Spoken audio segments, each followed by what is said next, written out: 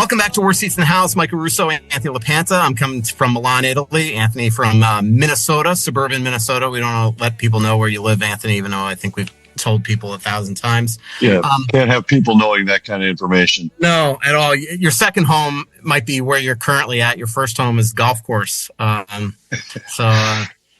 spent a little time on the course these last couple of weeks, but those days are winding down as I do have some Twins duty ahead, but it's amazing to me every time you get to about this point in the summer when you realize that we're now less than a month away from wild training camp, and that means summer's coming to an end, and we'll be spending our time inside hockey rinks instead of on tee boxes and greens.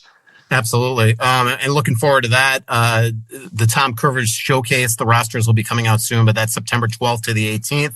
There's also a couple of media tours that are going on right now. I'm sitting down with about 30 NHLers tomorrow, including Philip Gustafson, and I'll be recording. They're giving me a lot of extra time with Gus, actually. So I'll record that, and we'll throw that on the next podcast. And then Matt Boldy will be coming to the one in Vegas, and I remember he came a couple years ago there as well. Last year was Brock Faber. Before that, I can't remember. Flower was before that, because that was when he played the classic practical joke on Sidney Crosby by taping all his gear together over at the practice facility. Anthony, I got an unbelievably embarrassing story to tell you from it happened to me last night that honestly was as panicked as I've ever been. And luckily I had my laptop in here. So I'm staying in this big suite here in Milan. I got upgraded. So the way it works is that you come into the room, and if you go left is this giant living room, dining room, desk area, and giant closet and a bathroom. And then you walk through this other door that's essentially a hotel room door, and that's how you get to the other bathroom and the bedroom. And so last night, I couldn't figure out a way to turn off the lights in the living room, so I decided, as I looked for the lights, to close the door to my bedroom and to essentially close that door to make sure that my bedroom would not have the lights coming in from the living room, if that makes sense, because I couldn't figure this out. But I did this while I was in the living room. Okay, here's the problem. It's a hotel room door. It's essentially what it is two hotel rooms. So I closed the room door to my door. So now I lock my hotel room door. And now I realize in that hotel room door, the bedroom and the bathroom is my cell phone, all my keys and everything. No big deal. All right. I'll figure out a way to call security. I go over to the desk. There's no phone in here.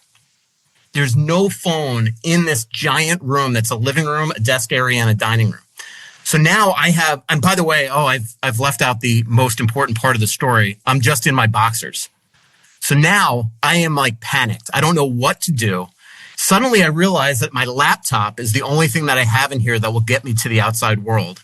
It's not a Mac though, so I can't text people. I can't do anything like that. So I get in our Slack system at work. And again, with the time change, 7 hours to Minnesota or to Central or whatever it is, I start slacking everybody. Joe Smith, Max Boltman in Detroit, my editor, Jeremy Rutherford, and I start DMing friends of mine. Of course, I didn't try you because I knew you wouldn't get the DM. And I basically slacked everybody until somebody would reply to me. Finally, Jeremy Rutherford, after 10 minutes of me sitting here panicked, replies what's going on? I said, here's the number to the Westin. I need you to call the front desk and get security to come up to my room because I am literally locked out of my bedroom. And if you don't help me, I'm going to have to essentially go down to the front desk in my boxer shorts. So finally, luckily, there is another bathroom here. So I covered myself in towels, and security finally came up after a half hour of me being locked in this room. Finally, security came up and let me into my bedroom that had my phone, my keys, and all that stuff. So it was almost one of those stories that you always hear about of the person that shows up at the front desk in just a towel or their skivvies. And it was unbelievable. Well, first of all, it's one of those stories you always hear about. I don't think I've ever heard of the story of somebody showing up at the front desk in a towel. Well, every now and then, if you're at a hotel, you see some sort of weirdness. And I never know how that possibly could happen. But yesterday, it was almost me. Yeah. Thank God you there's do a see bathroom in weirdness. here, or this poor guy that came to my door would have just, and you know what a sight that must be like, to see me in just boxer shorts. So at least I was able to cover myself, like put on a towel on my waist and cover my upper body with a towel. But this guy was laughing his ass off, and I'm not kidding you. Like, part of me wants to go to the front desk and be like, do you understand what a hazard this is? You don't even have a phone in this room. This was so easy to make this mistake. Nobody told me that this was a hotel room. And by the way, don't close this door. You're locked out if you don't have your key. So then this morning I went down to the front desk. I got an extra key for this room, and now I just have it sitting on the TV stand over here in case it happens again. Now I know that I have a phone, a way out, essentially, a key. Well, it's good. I'm glad that you've got things figured out now. You're safe. Everybody will be protected in your hotel. No weirdness. Yes. It was. I'm disappointed that you didn't think you could reach out to me and that I would help you out. There was no way that I knew that if I wrote, I was thinking, who do I write here? Because you want somebody immediate, and an email to you and a DM to you would go absolutely unreceived for days. Margot maybe, but I'm not convinced that on a DM that she would get that immediately. I DM'd friends of mine. Nobody replied. One person I woke up to that basically just said, were you hacked last night? Because I wrote major problem. Call me immediately. Or no, DM me immediately. That's what I wrote the person. But finally, Jeremy Rutherford came to my rescue. I'm glad you can always count on fellow reporters. All right. So let's talk about Wild. Status quo on 97. I do think there's some movement lately with Marco Rossi. I think that you and I have talked about Marco to death this summer. I think that they don't want him to miss the start of camp.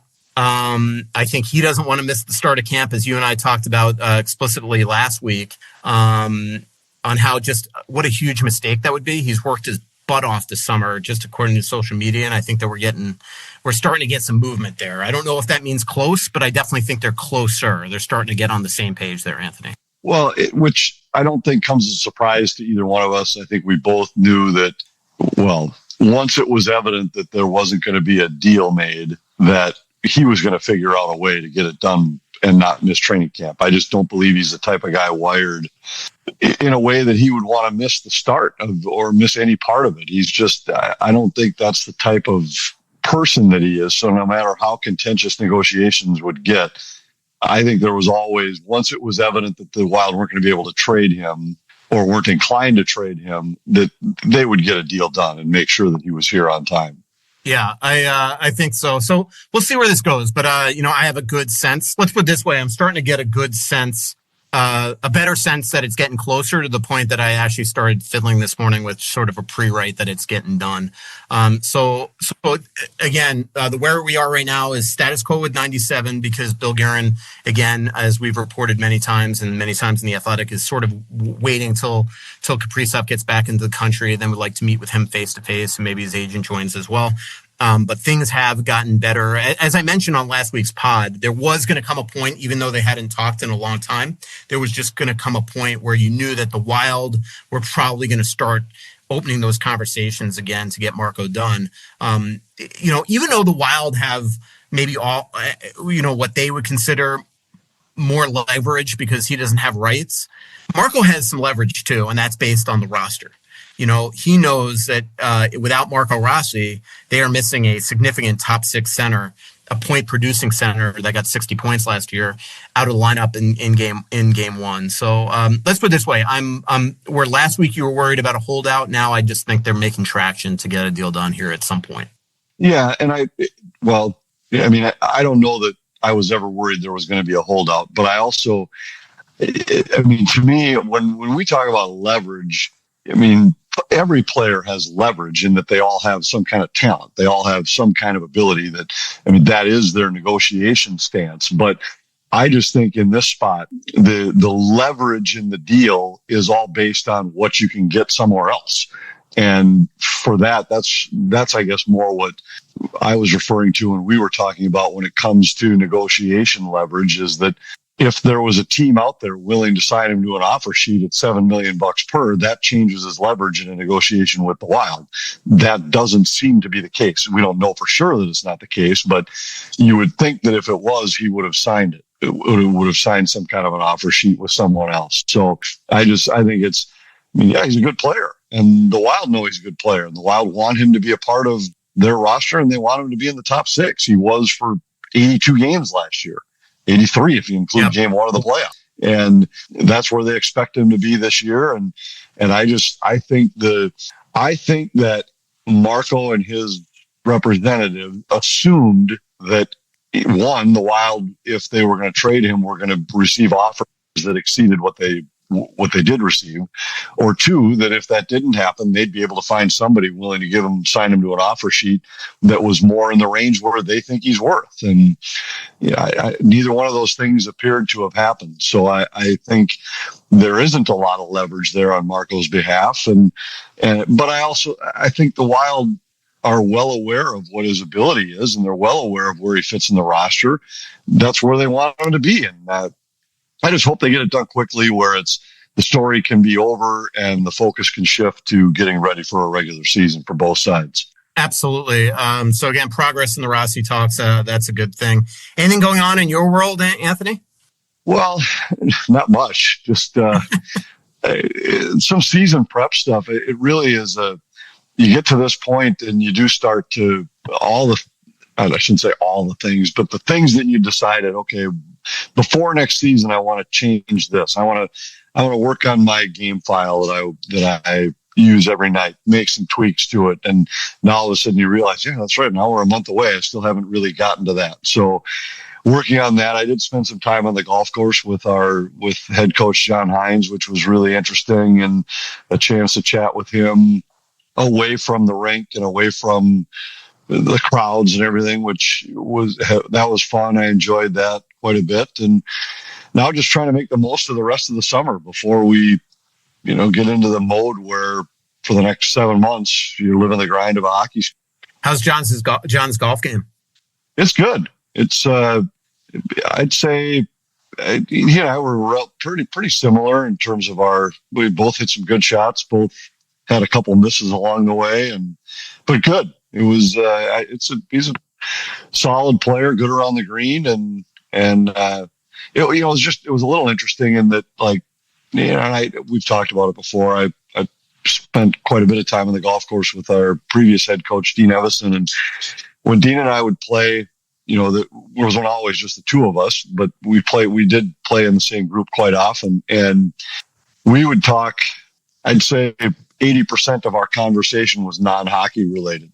We'd talk family, life, away from the rink, whatever. And then every once in a while, he'd just go off on a little tangent, where John was more the opposite. I'd say 80% of what we talked about was hockey related. So, we spent some time talking about our lives and families too, but it was mostly hockey, and it was just kind of an interesting difference.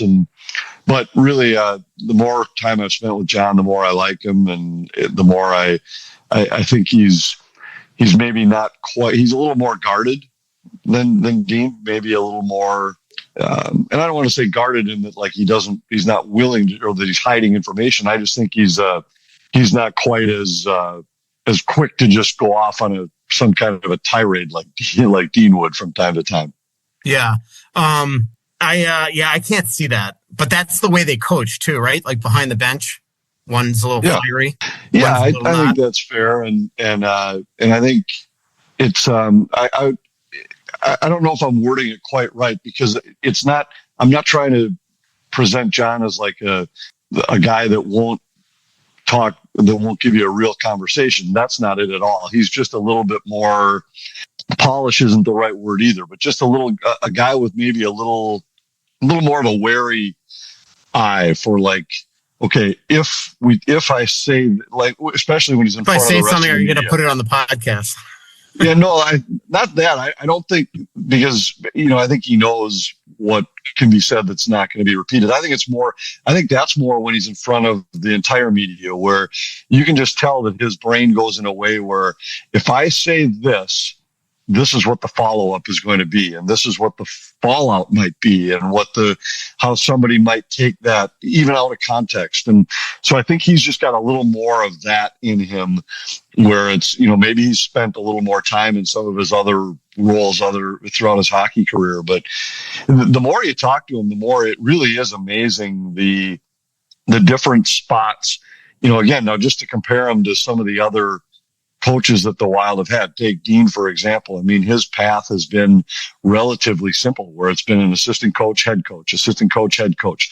And where John's had more roles in different spots with USA Hockey, in the minor leagues, and as assistants head, whatever. I mean, it's just, he's had more different roles, I would say. And maybe it's just the international thing that really stands out. But having more of a role in that kind of a spot just seems, it's a totally different kind of player development and coaching that, probably gives you a different perspective. And even now his role with the World Championship teams and the Four Nations team and Olympic team and everything, it's just a different type of coaching that probably gives you a perspective that a guy who's only been an assistant or head coach in an organizational role is different. Right. All right. By the way, our next two live shows are September 17th at Elsie's and September 29th at Tuttle's. Again, September 17th at Elsie's and September 29th at Tuttle's. By the way, part of one reason why I asked you what's going on in your world and to let you go on and on and on is because I was doing a little more legwork on the Rossi situation, and I definitely think it's getting close. So that's good news. The question is, well, it's good to know you asked a question with no interest in what the answer was going to be. I know. Well, I needed somebody to just talk so I could do my job for a second. But I got a text right before the show that they were making progress, and I went to a different source right now, and I hear they're very, very close. So we'll see. You're not willing to share what you think that deal's going to look like? No, I mean, like if I had to guess, like I've always thought, I think he's going, I still think short term. But we'll see. Hey, it's Russo, and I'm here to let you know about Aquarius Home Services and how they make all your home services easy. They're your one-stop shop for heating, cooling, electrical, plumbing, absolutely everything. It's been a warm summer, and your AC's been through the hockey off-season boot camp, and after all that heavy lifting, it might be one heat wave away from a meltdown. The good news? Save $98 on any AC or furnace repair with Aquarius Home Services. They'll get your system back on track fast so you can keep cool and carry on with lake days and grilling and keep your home cool and comfy for as long as summer goes on. Unfortunately, winter's right around the corner, but they'll also give your furnace a look-see to make sure everything's running properly. But if your system's past its prime, well, it's the perfect time to upgrade with their State Fair special. Get a new whole home heating and cooling system with 36 months, 0% financing. And don't forget about their best-in-class 15-year warranty. That's year-round comfort and a system that won't sweat under the pressure.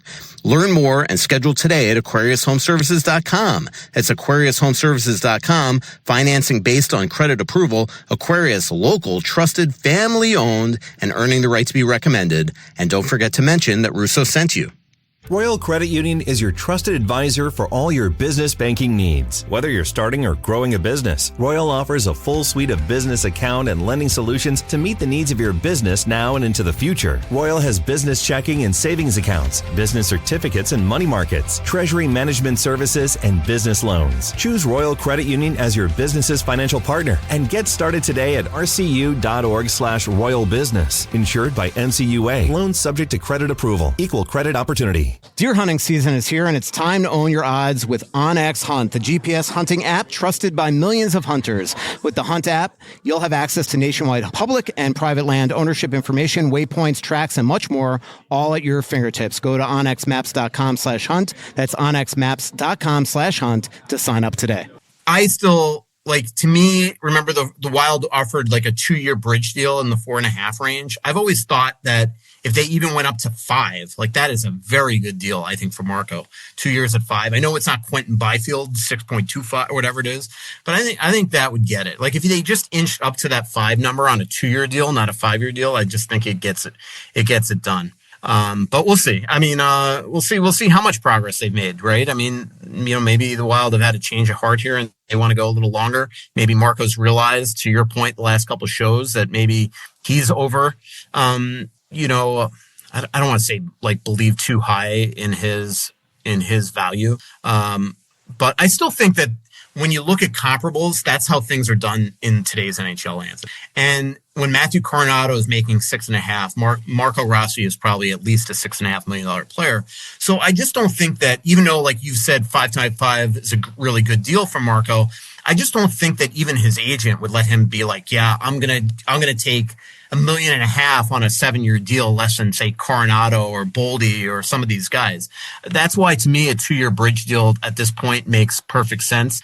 It also lets Marco realize that when you look at this roster right now, like there's nobody coming that's just going to take his job in those 2 years. Like, yeah, maybe you're off pops, but he's still going to have a really good chance, at least in the regular season, to play top 6 role. And we'll see where it is. And so I just think that that's kind of the perfect number, Anthony. But what do you think, if you had a guess? Well, again, granted that we know that they offered 2 years at less than 5 before. Yeah. I mean, I still think, and it goes without saying, the organization would, if they're willing to go up to 5, they'd like it to be more than 2 years long. And I understand that. And I know that you've made the comparable point a number of times. Well, to me, number one, I think Quentin Byfield and Matt Coronado they are very different players from Marco Rossi. And I think, Matt Coronado is going to be a big part of the future in Calgary, and he's just a different player. I think those guys, for whatever it's worth, just kind of eye test. I know their stats might not say it. I think they both look like they are surer bets for the future right now than Marco Rossi is, in my opinion. I keep going back to that. You can compare yourself to all these other players and say that, well, he's making that, I should be making that. But I think it's painfully obvious that no other team was willing to offer him that. Or if they were, there would have been an offer sheet signed.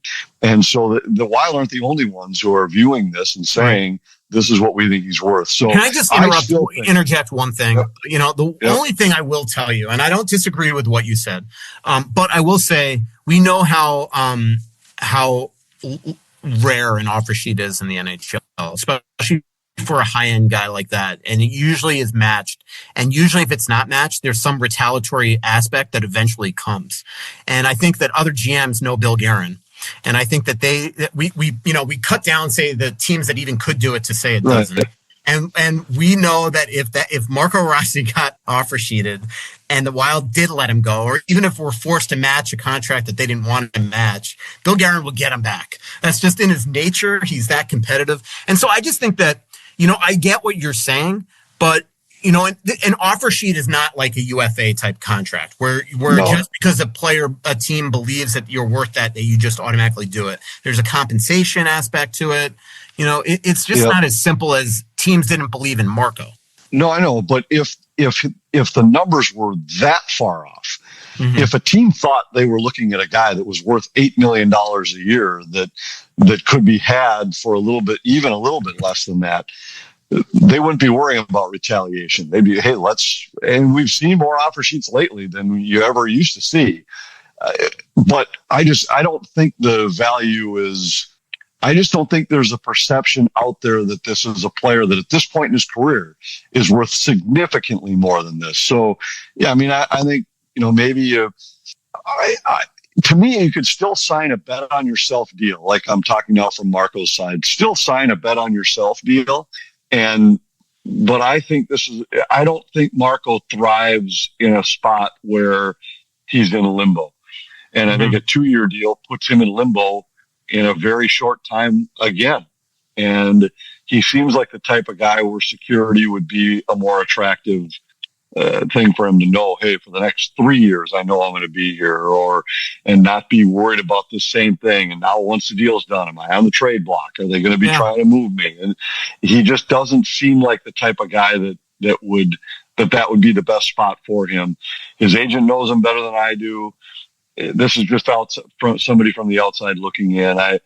If I were in his spot, I'd want to sign even though it's a shorter term and it's a bridge deal, I'd want to sign more than 2 years. But no, you're right. Maybe they find that sweet spot. Maybe they go back to the 5-year deal, but up the AAV a bit. Maybe they go on 3 or 4. 3 or 4 makes, to me, to your point, a lot more sense. You take him 3 years. Now you like 3 years makes a lot of sense because that takes you from a year from where he's UFA, and you can really, then decide as an organization, do you want to go long term or do you want to let him walk in a year type thing? So we'll see where it goes, but it seems to be getting close. I mentioned the live shows, Anthony. I mentioned I'm in Milan on Monday. I actually was in New York and flew there Sunday night, flew to New York, went Monday. We were supposed to have a a show, you and I, Monday night, but we had the craziest delay, for the craziest reason for delay. And I don't even want to get into it because it is personal to one passenger, but it was just many different steps happened essentially that, many different steps happened to cause this delay, so we had to postpone the pod. But I got to sit down with Danila Yurov and watch him all day, be around him for about 5 hours. Was with his trainer Ben Prentice, who's a famous trainer. Has trained so many. I mean, we're talking more than 100 or 200 NHLers, great NHLers over the years at his facility in Stamford, Connecticut. And Yurov's the beginning. And what a great kid. It's my first time ever really talked to him face to face. I've talked to him on Instagram, direct message at times. Did that Q&A with him last year. But super nice kid. His English is definitely better than my Russian, but it's, he understands what you're saying. Had a great relationship there with Chris Kreider. I mean, so many, like all day long. So Kreider is like the clubhouse leader in this training facility. And a lot of the Rangers are there. I saw Jonathan Quick there. I saw Matt Rempe there. I saw Adam Fox there. Saw Brett Pesci from the Devils there. I saw a bunch of different guys. Zegras had been there for a long time. But Kreider is sort of the king of the castle, and he looks in tremendous shape. But he has this great relationship already with Yurov. And I got to interview him at one point together for about 5 or 10 minutes, and some of the back and forth between them. That's where you, like Kaprizov in the early on, you can see that Yurov really understands a lot more than he could probably communicate. He was laughing his butt off. Learned a lot about Yurov's background. I'm being a little bit vague here because I also want people to read the article that I'm going to be putting together in the Athletic probably for next week. But we'll see how he's doing. But we'll see how he does once he gets to camp. So his plans now are to be in Stamford really the rest of the month. Then on September 3rd to the 5th, he goes to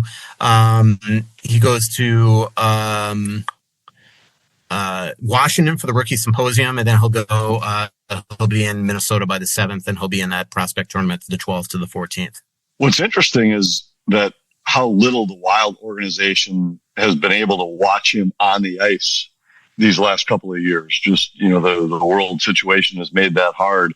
So have you had a chance to talk more with anybody within the Wild to get an idea of where they see him, what type of player they see him being? It's because it's interesting the number of conversations that I've had where they seem to know a lot more about Kirill Kaprizov before he came. It was really evident what type of player he was going to be, and nobody knows for sure like how fast he's going to look NHL ready and all that kind of stuff. But they knew exactly what they were getting. With Yurov, it seems to be a lot more vague. A lot where they just like, totally is he a center? Is he a wing? Is he a top six? Yeah. Is he a middle six? Nobody seems to know the type of player he's going to be. Yep, completely agree with you. In fact, that was a passage that I was writing my Yurov story when I was playing around with it last night. That's exactly what I was writing, is that nobody really knows. You knew Kirill Kaprizov was going to be an NHL superstar when he came here. Nobody seems to know exactly what Yurov is. Is he going to be a star? Is he going to be a top six forward? Is he just going to be a really good two-way center? And part of it is because, one, he had a lot of injuries the last couple of years. Two, he didn't have the greatest year this past year. He kind of went downhill probably because of the injuries after breaking Vladimir Tarasenko's under 20 scoring records there. But also it's because when you watch him on the ice, and again, I'm watching him in a summer skate the other day, the one thing I'll say is that when Kaprizov is on the ice, even his rookie year, you just knew in training camp, like, wow, this guy does so many things at an elite level, where it just seems like Yurov does a lot of things really, really good. But so far, like, I don't see the blazing speed. I don't see the blazing shot, but I see watching him the other day, he likes to shoot the puck, which I was really, joyed to see that. As we know, covering the Wild at times, you just like shoot to certain players. He is willing to get to the net, things like that. But it's a summer skate. Like you just see the skill and the elite nature of certain things that he does, but you don't see yet exactly what he's going to be. And I think the Wild are sort of in that same boat where they don't know yet. And while, we've hyped him up to this degree just by the nature of us not seeing him for the last little while, really ever, I think that we've all sort of grown this expectation level that he's going to be this superstar just because Kaprizov was able to come here, granted 2.5 years older than him, and be an absolute stud. So I do think it's a wait and see. We'll have to see how it goes. Like, they are going to slow play it. Like, one thing I will tell you from talking, I have talked to Bill Guerin about Yurov, but I have not talked to John Hines, and I'm supposed to talk to Hines maybe even today about him. And like, I want to know, how are you deploying him in training camp? Like, are we going to see, we know the innate nature that sometimes Russians have together. Are we ever going to see him with Kaprizov in training camp?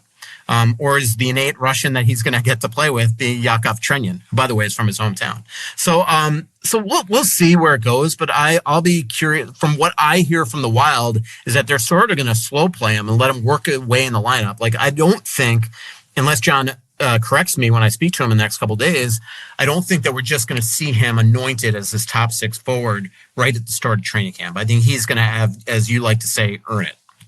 I think for certain, and especially let's assume that everything progresses the way that we expect it to progress with the two guys in the top six that aren't signed yet. I mean, then your top six is basically set. So yeah, then it's going to have to be you're going to have to outplay guys like Ryan Hartman to move up in the roster. You're going to have to outplay somebody like a Rossi or Tarasenko to get into the top six. So I think there's very little question that he starts the season, assuming he's on the NHL roster in the bottom six, but with the opportunity to prove people wrong, prove people otherwise, and move up in the lineup. One funny thing that I'll put this anecdote in the story, but they have this like whiteboard there with all the players that are involved in this camp, and he's skated with so many NHLers here the last couple of weeks. But they have these like different, and you'd know all the terminology because you're a gym rat, but all these different different things that they do, and they do this one jumping test where they basically document the scores, and it's written by the first name of each player, and they put how many meters they're able to get the height off the ground. And if you get a personal record, it's like a big deal with Ben Prentice, Anthony. And so they have all these players, and then they have there's three Russians in camp, and over it's written in Russian. So it's this Sunyev kid for Calgary. It's Kirill Darkiev, maybe something like that for the Kings. And then there's also Dorofeyev there. And Dorofeyev is kind of going to be a big part of the story. But anyway, it's written in Russian. So what's really cool with your phone now, I just put it on Google Lens and I take a picture of it, and it translates it for me that it means strong men. So I asked Ben, I'm like, that's interesting that you guys in Russian, who wrote that in strong men? And he goes, it doesn't say strong men, it says dorks. I'm like, no, I just put it in Google Lens. It says strong men. He goes, well, then somebody changed it because Kreider figured out in his phone how to write dorks in Russian and put it over this line of the Russians. So apparently one of the Russian players saw that it said dorks in Russian and changed it to strong men without anybody knowing it. So it's kind of funny. There's a really interesting thing about Yurov that nobody knows publicly that is a huge part of the story. And I don't want to give it out on here because, again, I want people to read it, but I was shocked when he told me. So that'll be a cool thing, a big thing in his personal life. Nobody knows, meaning publicly in the United States. I'm sure all his family's aware. So that's kind of a neat thing. But it was just really cool to just sit down with him, Anthony, talk to this guy. And, what's really neat is just kind of, and this is where I mentioned that Dorofeyev is going to be a big part of the story, it's just going to, all right, let's see what he's like at 22 years old, 23 years old, 24, how he continues to grow. Like Ben Prentice, who runs this gym, was telling me about Dorofeev and how 2 years ago, he just, he was this young, wide-eyed Russian kid that came there, had never been exposed to training like this, couldn't do a lot of things in the gym, and then, goes to Vegas and nobody expected him to take off. He sort of starts to take off. They sign him this 2-year deal, and in year one of the deal, he has 35 goals. And now he comes back to this camp, and he just absolutely is getting personal record after personal record in all these different areas of the gym that they're doing. And that's what you want to kind of see the growth of Yurov, is that we got to still remember this is a 21-year-old kid, both on and off the ice, and it's just going to continue to get better and better and better. And we'll see what he's like. And what you hope in the Ben Prentice gym is that you get exposed to it very young, and then, it becomes habit, and now you want to come back year after year after year. So many guys that come back continue to have success, where a lot of guys don't want to put in the work, and they don't come back after 1 or 2 summers of training here. So the hope is that Yurov is going to like it so much that every single year he's just going to come to Stanford, work out with these guys, and then come to Minnesota. Well, and I think, the off-season training is becoming such a separator right now for young players. Think about how much that's changed. Let's even say in the last 10 years, let alone the last 20. I mean, it is unreal right now. The days of training camp being the point where you got yourself in shape are so there. It's the distant past. Yeah. I mean, if these guys come not ready for day one, it's an aberration rather than anywhere close to a norm. Right. And, and it's also the way that you think about all the guys that live in the Twin Cities area during the off season and the way they train together. And it's the way that they, can create these, not just workouts, but time on ice together too, where it's players from different NHL organizations, different teams, but are represented by the same people, that the way they set it up so that these guys can work together to get themselves ready is quite remarkable. Yeah, I would agree with you. It's the days of the 80s where you could get yourself in shape at the camp just doesn't exist. And that's going to become more and more a thing as they trim here in the new CBA, not only the preseason games, but the number of days in training camp. Let's do a couple Twitter questions. Well, think about that for 1 second. For guys like you and me, how great is it that you replace 2 preseason games with 2 regular season games? Because the preseason games I think we're gonna televise the 3 home games for the Wild this year, and I believe I don't know that that's 100% certain yet, but that's the plan. And those games, while they're great to shake off the rust as a play-by-play guy, they might be the most difficult broadcast you do all year, because you find out the lineup of the other team sometimes a couple hours before, like not just the lines, but like who's actually playing that night.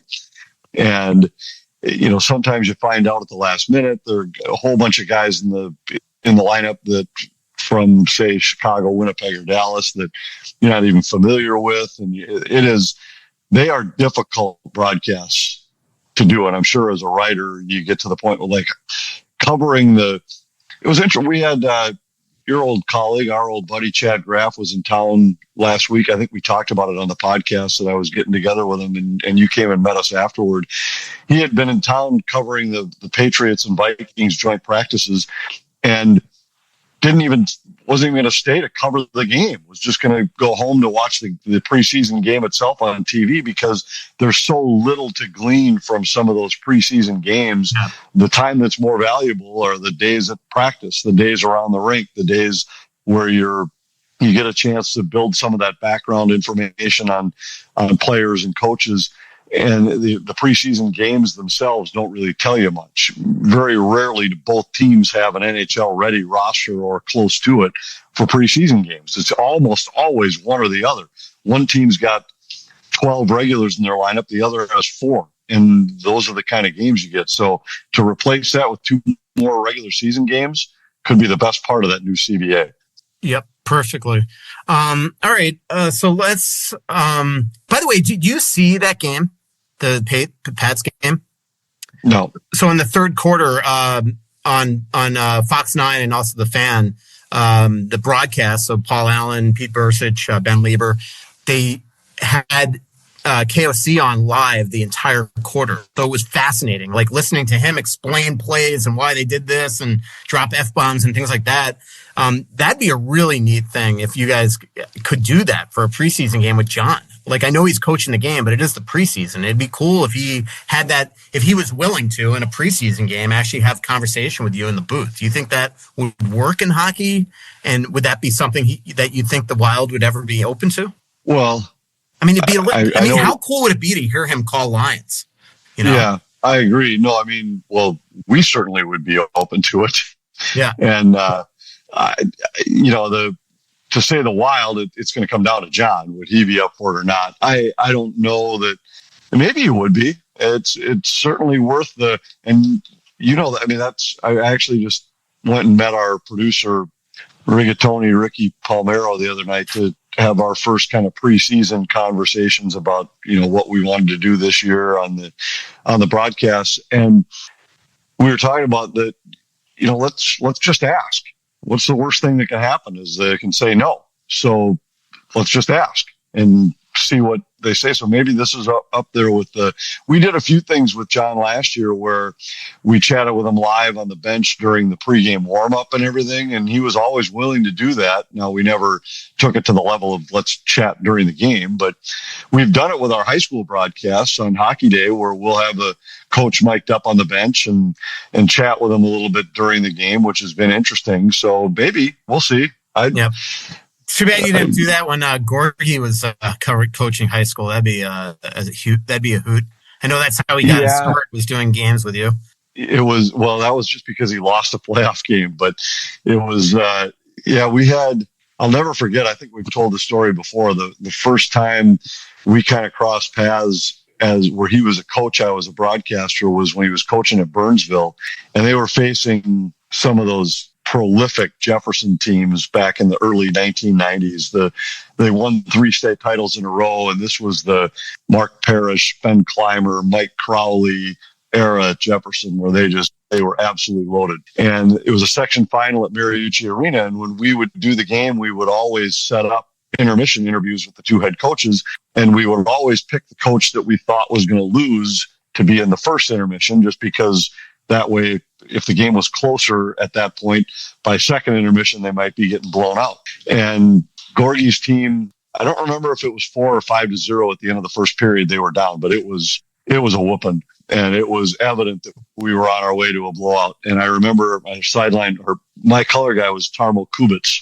And we had said, all right, well, intermission, you're going to run down to do the coach interview. And as he's going down there, we said, I talked back to the truck. I said, just be aware we might need to come up with some alternative for intermission because this guy's down 5-0. There's a pretty good chance he might say no to the interview. And as Tarmo was walking down there, he said, nope, he's walking over here right now. And he comes over and just like you would have never known his team was down 5-0. I mean, he's just talking away. And one of the Tarmo asked him like, well, Kevin, what can you, I'm sure he's a total loss. Like I didn't expect the guy to even show up for the interview and you're down 5-0. What can I possibly ask him? And he says, well, Kevin, what are your thoughts on the first period? And he says, well, Tarmo, it's not going exactly well out there for us. And I don't know that there's a lot of answers out here. So, we'll have to see, but there isn't a lot we can change right now. Yeah. And Tarmo's, you can just see it in his face, like, what in the world is this guy talking about? Well, they ended up losing the game, I believe, 10-1. And they had given Jefferson a run earlier in the season. You can ask Kevin about this sometime, but he had decided that he had a plan to shadow a defenseman. And their defenseman, Mike Crowley, was one of the best high school players, most dominant high school players I've ever seen. But it worked in a smaller rink, and I think they lost by a goal, maybe even in overtime during the season. But it didn't work on the big ice sheet, the Olympic-size ice sheet at Mariucci. They lost like 10-1. And so, having him mic'd up would have been entertaining. He left his team on the bench during an intermission one time at a game at Roseville Arena because his words were, well, you guys embarrassed me in the first period, so I'm going to embarrass you for the intermission. So those kind of conversations would have been comical. That's the type of stuff that'd be perfect to hear John Hines on there. And I want to tell you about Twill in the Edina Galleria. Scott Dayton's Twill in the Dining Galleria. TwillMN.com is the website. I'm wearing my Johnny O hat. I'm wearing one of my many Peter Millar shirts. Johnny O and Peter Millar are two of my favorite brands out of Twill in the Dining Galleria. When I've been going to Wolves games lately, I've been wearing my Dingman shoes. I've been wearing my Brax pants, my either Peter Millar or Johnny O shirts, pullovers. The Wolves games are weird because they're really cold, and then they turn on the fire jets before the game and singe your eyebrows. You need to be prepared for all kinds of different temperatures in that building. And I just use all my Twill stuff. And as we do more shows here at TalkNorth.com on video, I'll be wearing more Twill stuff because it's really simple. I don't always try to look good. Sometimes I'm very happy being a slob, and I wear old sweats and T-shirts. If I'm trying to look presentable in any way, Talk North meetings, sponsor meetings, big games, going out in public, going out to dinner, I just put on something I bought at Twill. It's just that simple. If I put on something I bought at Twill, I'm going to look good. I'm playing a Randy Shavers golf tournament on Monday. I'm going to wear Twill stuff to that too. Golf, walk around town, dinner, whatever. TwillMN.com. Go to Twill in the Dining Galleria. They're laid back. They love talking sports. They're nice people. Tell them we sent you. You'll have a good time, and you'll end up walking out with something great.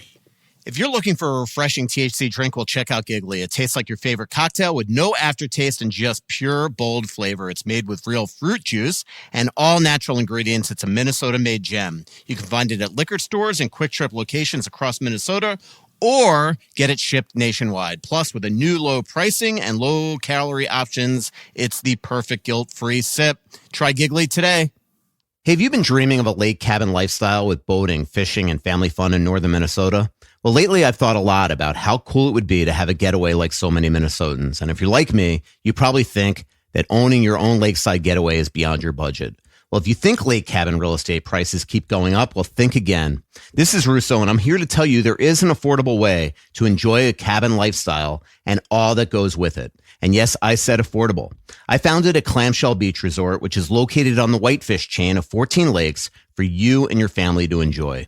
Here's how. Clamshell has lake homes that offer deeded fractional ownership, and the keywords there are deeded and fractional. You own it. Imagine having 5 weeks a year to enjoy Clamshell with its beaches, pool, and lodge that's full of kids' activities. Is golf your game? There's a great golf course right across the road. Like winter sports? Well, you can go ice fishing, cross-country skiing, or snowmobiling right out the door at Clamshell. And there's no maintenance, no grass mowing, no snow removal. It's done all for you. And you can own a share of Clamshell Beach Resort at an affordable price. To learn more about ownership opportunities at Clamshell Beach Resort, go to cottagesonwhitefish.com or contact Pat Egan at 612-220-9819. That's cottagesonwhitefish.com or Pat Egan at 612-220-9819. All right, a couple of Twitter questions, then we're going to wrap up the show. Adam Lemke asks, over-under on Tarasenko goals this year at 17.5. What do you think? I think I'd lean the under, but not by very much. 15 to me seems like a number that is realistic. Yeah. I'm going to go over, but reluctantly, just because I'm remembering the Tarasenko that we saw the last year. Ben Tesler, and maybe we could get Davide to unmute his mic, because our producer for this show is actually here in Italy, lives here in Italy. But Ben Tesler is heading to Rome, Florence, and the Amalfi Coast next week. Any restaurant recommendations? This is intended for you, but Davide, if you have any, you might be the better equipped to answer this. Yeah, I think I responded. We'll see what Davide has to say, because I'd be anxious too. I did respond to that Twitter question. I think I've never been to the Amalfi Coast. And Rome, I spent one night there. We had dinner. I spent more of my night on lime scooters buzzing around to see the sights of Rome. Wow. Okay. So Amalfi Coast is huge. So in Sorrento, there's one of my favorite restaurants. It's called the La Cantinaccia. La Cantinaccia. Yes, La Cantinaccia. It's in Sorrento. And I advise you guys to just go there early, because they open up. They don't take reservations. And you just show up early, stand in line and get seated, and you will enjoy awesome food there. And then in what other cities he was looking for? Rome and Florence. There is, you might know what I'm talking about, but I always see it. I'm not going to know the name of the restaurant, but I bet you if you put it in the search field, it might come up. But there's some famous restaurant right now in Rome that's just prolific on Instagram Reels, where it's the owner that basically cooks a bunch of pasta and then comes out, puts the pasta right on your plate in front of you. And then the prosciutto that you put in the pasta, he'll do it, but then he'll take the final scoop and put it right in your mouth. And it's huge lines getting there. It's in Rome. I bet you if you just Google that, Ben, you'll be able to figure out the restaurant I'm talking about. Yeah. But Rome and Florence, you know anything? Yeah, in Florence, I 13 Gobbi, which the 13 Gobbi. It's a really good restaurant. If you're a fan of steak, Fiorentina steak, that's an awesome restaurant. And then in Rome, Quirinale. Okay, I'm talking to my wife. She's the pro. So I know. I all this time on our Zoom thing, I just thought your nickname was Tanya, but apparently that's her. Yes. So yeah, Quirinale. Then another one is Il Tettarello. And then, those are some of the restaurants. You just have to Google them. So perfect. Last couple. Thanks, Davide. Kermit the something. When you're in the summer doldrums like this, I know what Anthony's question is going to be. Answer is going to be. When you're in the summer doldrums like this, and there's business not finalized, does it make your job more or less stressful? Do you have a chance to relax, or do you find yourself trying to constantly get updates via sources? Anthony, we know what your answer is. Yeah. Well, number one, I don't have any sources. Number two, I don't have any stress about what's happening with the roster. So I think that probably answers the third one. I have no problem decompressing at this point in the summer.